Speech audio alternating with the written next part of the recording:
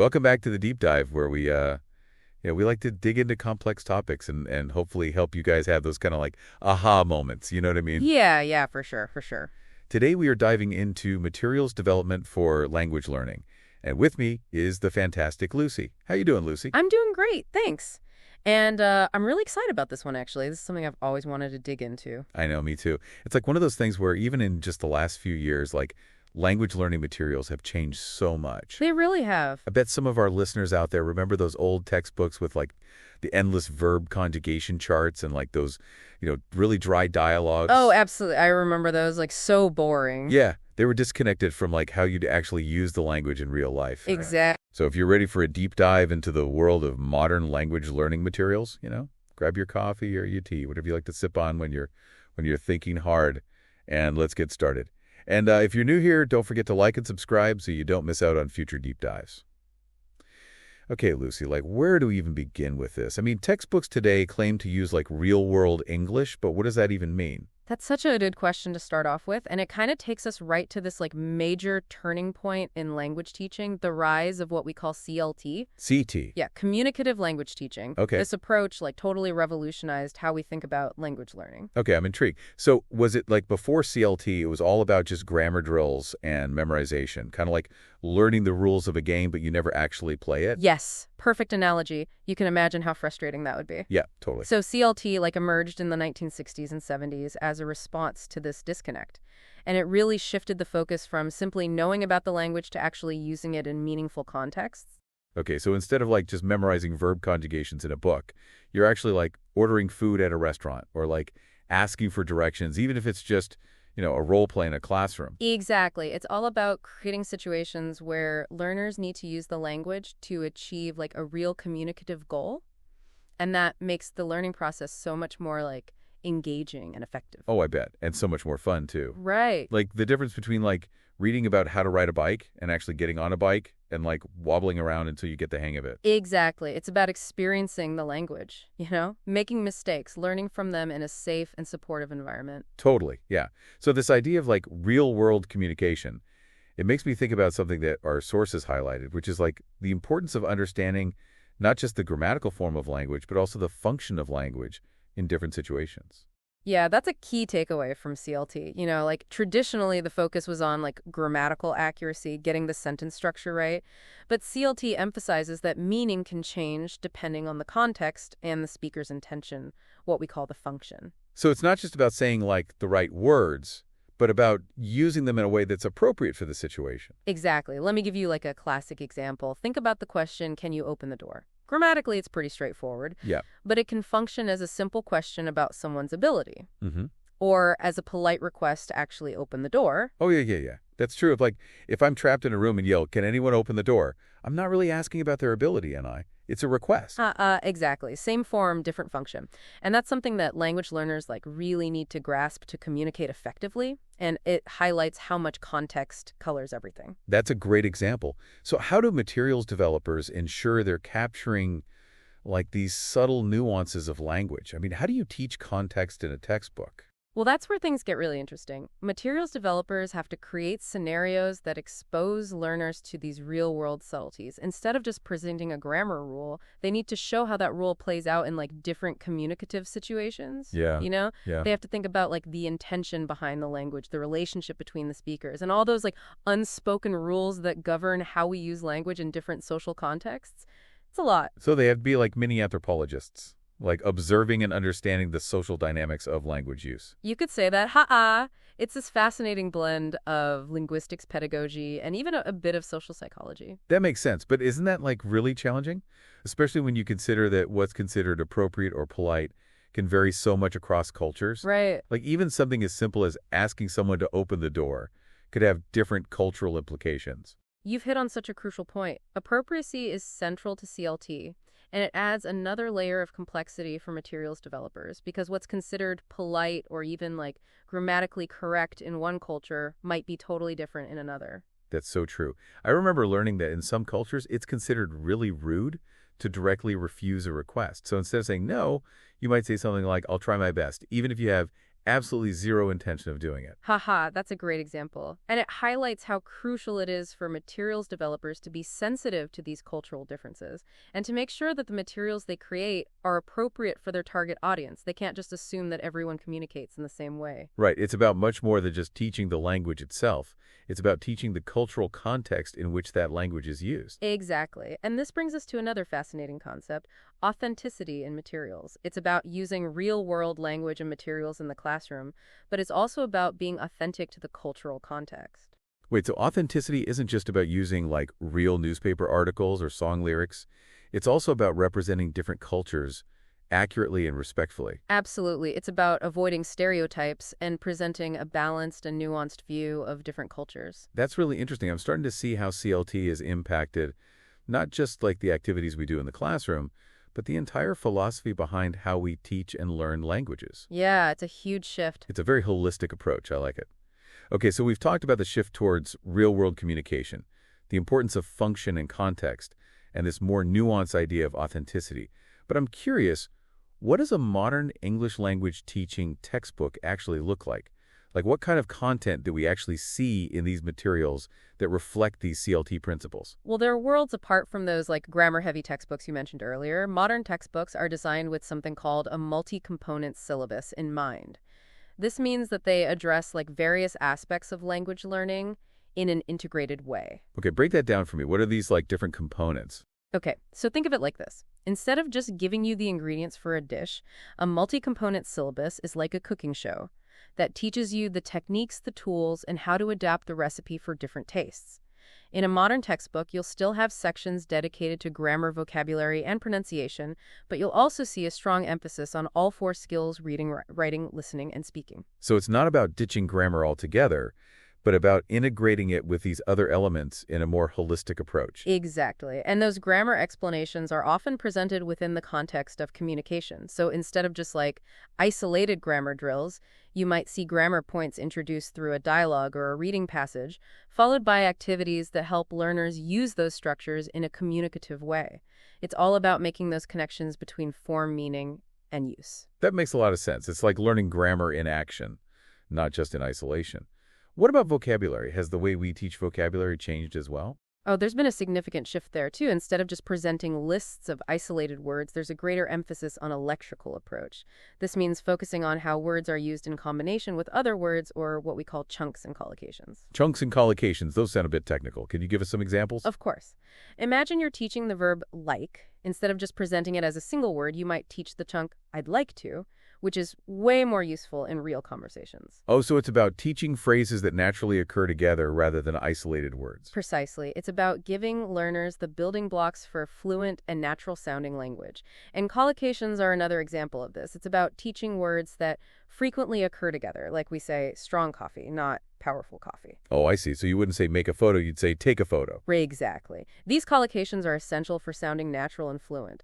And modern textbooks often draw on corpus linguistics, which involves analyzing huge databases of real language to identify the most frequent and useful chunks and collocations. Wow, so it's like data-driven vocabulary selection. It is. No more random word lists that might not actually be used in everyday communication. That's so different from how I learned languages. It's much more effective. And it's not just vocabulary, right? Pronunciation is also getting more attention in modern materials. It's no longer an afterthought. Yeah, definitely. What kind of things are they doing differently with pronunciation? Well, instead of just focusing on like individual sounds, modern materials address aspects like intonation stress and connected speech, which are super crucial for understanding and being understood in real-world communication. Connected speech. Can you give me an example? Sure. Think about the phrase, I want to go. In natural speech, we often say it more like, I want to go. Those sounds blend together. These kinds of pronunciation features are so important for learners to sound natural and fluent. Oh, that makes sense. It's those subtle details that can make a big difference. So we've got grammar, vocabulary, pronunciation, and the 4 skills. That's a lot to cover. But I know there's something else our sources highlighted as really important. Task-based learning, or TBL. What's that all about? So TBL is a teaching approach where learners engage in meaningful tasks to accomplish a specific outcome, Instead of just studying grammar rules or vocabulary lists, they're actually using the language to solve problems, complete projects, or even create something new. So it's like taking all those language skills we've been talking about and putting them into practice in a real-world scenario. Exactly. And learning by doing, for example, imagine a group of learners are working together to plan a trip. They would need to use their reading skills to research destinations, their writing skills to draft an itinerary, their speaking skills to discuss and negotiate plans, and their listening skills to understand each other's ideas. I love that. That's a great example. It really brings all those different language skills together in a way that's actually meaningful. It sounds so much more engaging than just like doing worksheets or grammar exercises. It is, and the great thing about TBL is that it can be adapted to different levels and learning styles. You can have like simple tasks for beginners, more complex tasks for advanced learners. The key is to make sure the task is engaging and relevant to the learner's needs and interests. It seems like modern materials are really putting the learner at the center of the learning process, considering their needs, their interests, and even their cultural backgrounds. That's right. There's a growing recognition that learners are not a homogeneous group. We need to cater to their individual differences like personality, motivation, learning styles, and cultural backgrounds. But there's so much more to unpack about this learner-centered approach, including some fascinating developments in the field like English as a lingua franca. Ooh, now that sounds intriguing. Yeah, it is. But I think we'll have to save that for part 2 of our deep dive. Ha! Just kidding. No breaks on the deep dive. We're going to keep this conversation flowing. Awesome. I like it. So, are you ready to explore how English as a lingua franca is shaking things up in the world of materials development? Absolutely. I'm all ears. Great. Let's jump right in. Okay, so English as a lingua franca, or ELF for short, is basically like what happens when English is used as a common language between people who don't share a native language, like, in global business meetings, international conferences, even just like chatting online with someone from a different country. Okay, yeah, that makes sense. Like in our globalized world, English is often like that bridge that connects people from different linguistic backgrounds. Right. But how does this idea of ELF impact language teaching and more specifically materials development? It has a huge impact, actually, because it challenges some of our traditional notions about like what constitutes good or correct English. With ELF, the emphasis kind of shifts from native speaker perfection to intelligibility and effective communication. So it's not about sounding exactly like someone from London or New York, but about being understood and being able to express yourself clearly regardless of your accent or background. Exactly. It takes the pressure off learners who might feel intimidated by the idea of like having to achieve native-like fluency.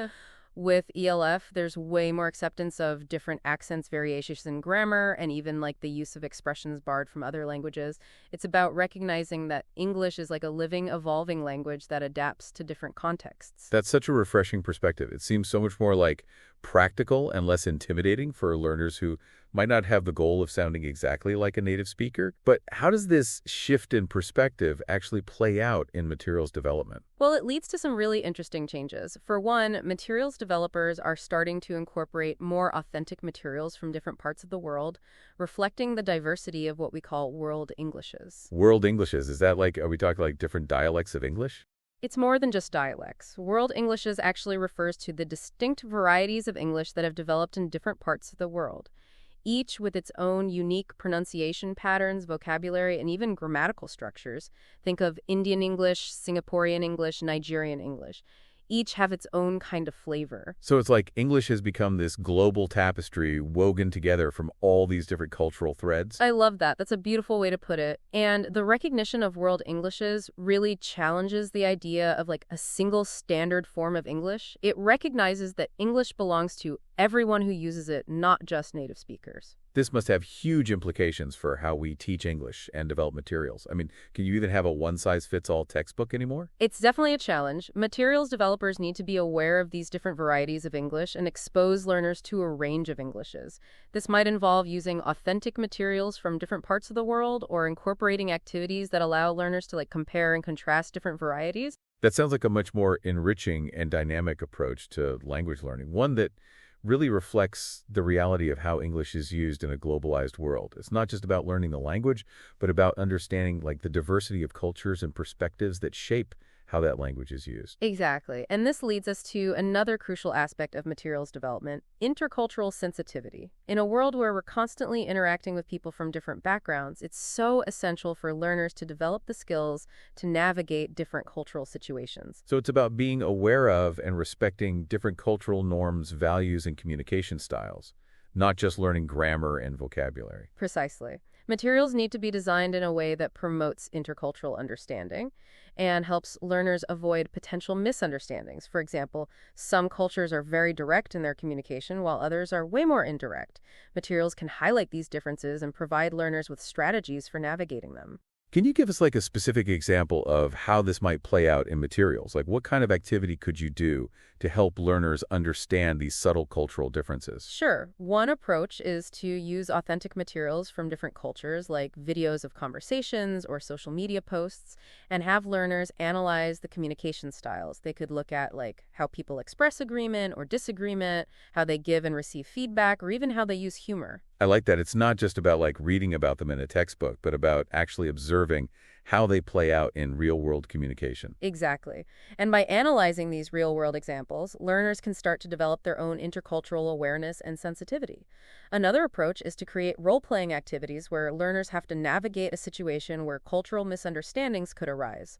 This allows them to practice using different communication strategies and to develop their empathy for different perspectives. That's so important. It's not just about avoiding faux pas. It's about developing a genuine understanding of and appreciation for different ways of communicating. I'm seeing how much more complex and nuanced materials development has become with the rise of ELF and this emphasis on intercultural communication. It's definitely more than just putting together grammar exercises and vocabulary lists, but these changes reflect like the evolving role of English in the world and the needs of learners who are using English to connect with people from such diverse backgrounds. And it's not just about the language itself, it's about empowering learners to become effective communicators and global citizens. That's a great point. So we've talked about how the language teaching landscape has evolved, but what about the learners themselves? What role do they play in shaping their own learning experience? Ooh, that's a great question. And it's something we're going to explore in the next part of our deep dive. We'll delve into how materials can empower learners and help them develop the skills and strategies they need to become successful language learners.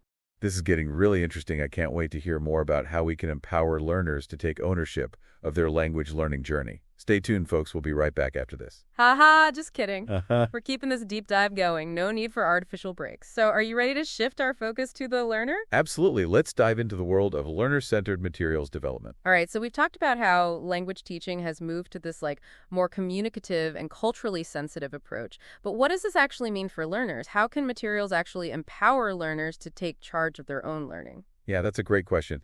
It seems like for a long time, language learning was something that was like done to learners instead of something that they actively like participated in. You're so right. It was like the learner was this empty vessel just waiting to be filled with knowledge. But like modern approaches recognize that learners are active agents in their own learning journey. They bring their own experiences, their motivations, their learning styles, all of that to the table. So how do materials developers take those individual differences into account? We've talked about personality types, learning styles, cultural backgrounds. It seems like a lot to juggle. It is. It's a complex puzzle. But that's also what makes materials development so fascinating. Good materials should provide like a variety of activities and approaches to cater to these different learners. For example, some learners, they thrive in group activities while others prefer to work independently. Some are very visual learners while others learn best through listening or hands-on activities. It really varies. So it's about offering options and flexibility rather than having like a one-size-fits-all approach. Exactly. Materials should be adaptable, allowing learners to choose activities that resonate with their learning preferences and goals. And it's not just about catering to different styles, it's also about recognizing that learners have different motivations. Some might be learning for professional reasons, others for travel, and others just for personal enrichment. So a good textbook or online course wouldn't assume that everyone has the same goals or reasons for learning. No, definitely not. It's about recognizing that everyone's learning journey is unique.